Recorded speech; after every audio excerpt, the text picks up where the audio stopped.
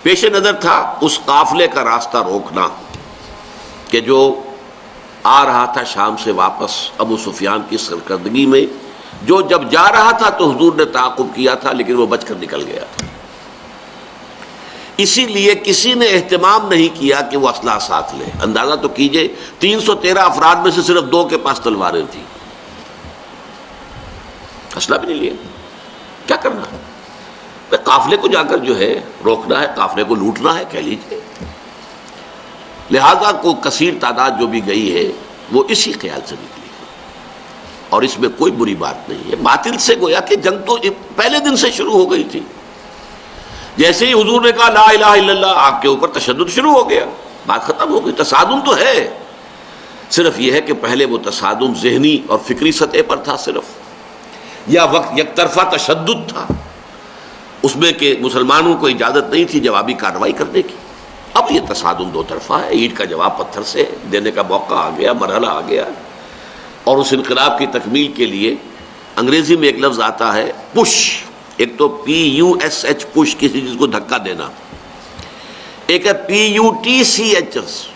یہ پش جو ہے یہ ہے کسی بھی مہم میں پھر آخری حلہ بولنا۔ تو یہ پش جو ہے انقلابی جد و جہد کا فائنل پش جو ہے وہ ہے یہ آرم کانفلکٹ، اور اس کا بھی آغاز اس ایکٹیو ریزسٹنس کے نتیجے میں جو حضور نے 1 سال تک جاری رکھا، اس کے نتیجے میں یہ 1000 کی فوج نکلی۔ حضور جب اپنے 313 ساتھیوں کو لے کر تقریباً درمیان میں تھے مدینے اور بدر کے، وہاں حضور کو وحی کے ذریعے سے اللہ نے اطلاع دے دی کہ مکے سے ایک لشکر بھی چل چکا ہے، بڑا طاقتور لشکر، اور ساتھ ہی اے محمد صلی اللہ علیہ وسلم ہمارا وعدہ ہے کہ ایک تو وہ جو اوپر سے قافلہ آ رہا ہے شمال سے، اور ایک جو جنوب سے آ رہا ہے لشکر، ان 2 میں سے ایک پر ہم ضرور مسلمانوں کو فتح دے دیں گے۔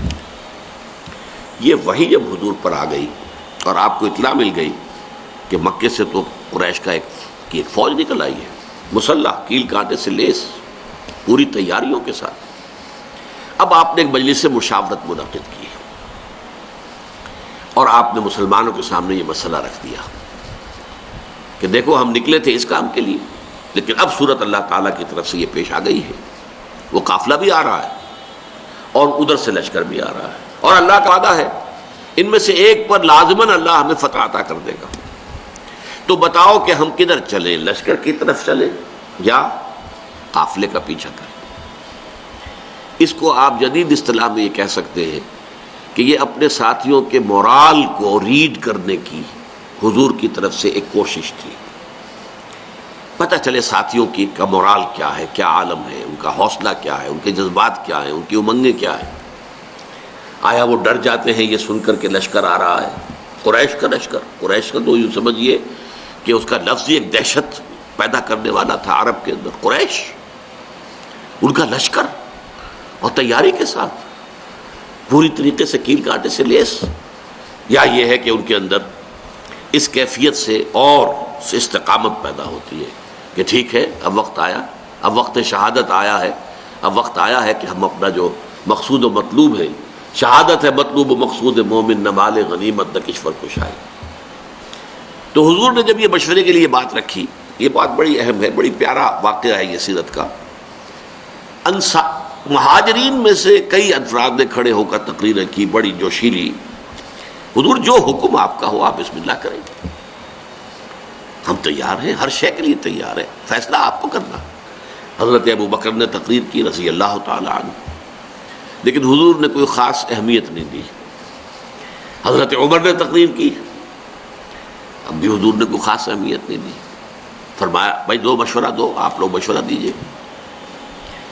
پھر حضرت مقداد ابن الاسود نے جو تقریر کی ہے وہ بڑی پیاری ہے کہ حضور ہم موسیٰ کے ساتھی نہیں ہیں کہ جنہوں نے جنگ کے وقت کہہ دیا تھا کہ فَاذْهَبْ أَنْتَ وَرَبُّكَ فَقَاتِلَا إِنَّا هَاهُنَا قَاعِدُونَ، جاؤ موسیٰ تم اور تمہارا رب جا کر جنگ کرو، ہم تو یہیں بیٹھے، ہم جنگ نہیں کریں گے۔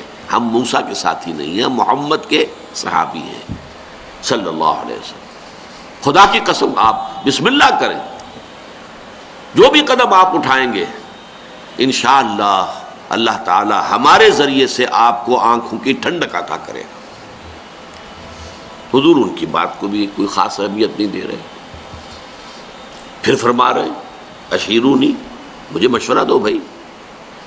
اب یہ بات جو ہے انصار کی سمجھ میں آ گئی کہ حضور کا روح سخن ہماری جانب ہے، کیونکہ انصار سے جو معاہدہ ہوا تھا بیعت عقبہ ثانیہ میں، وہ یہ تھا کہ اگر مدینے پر حملہ ہوگا تو ہم آپ کی حفاظت کریں گے اپنے اہل و عیال کی طرح۔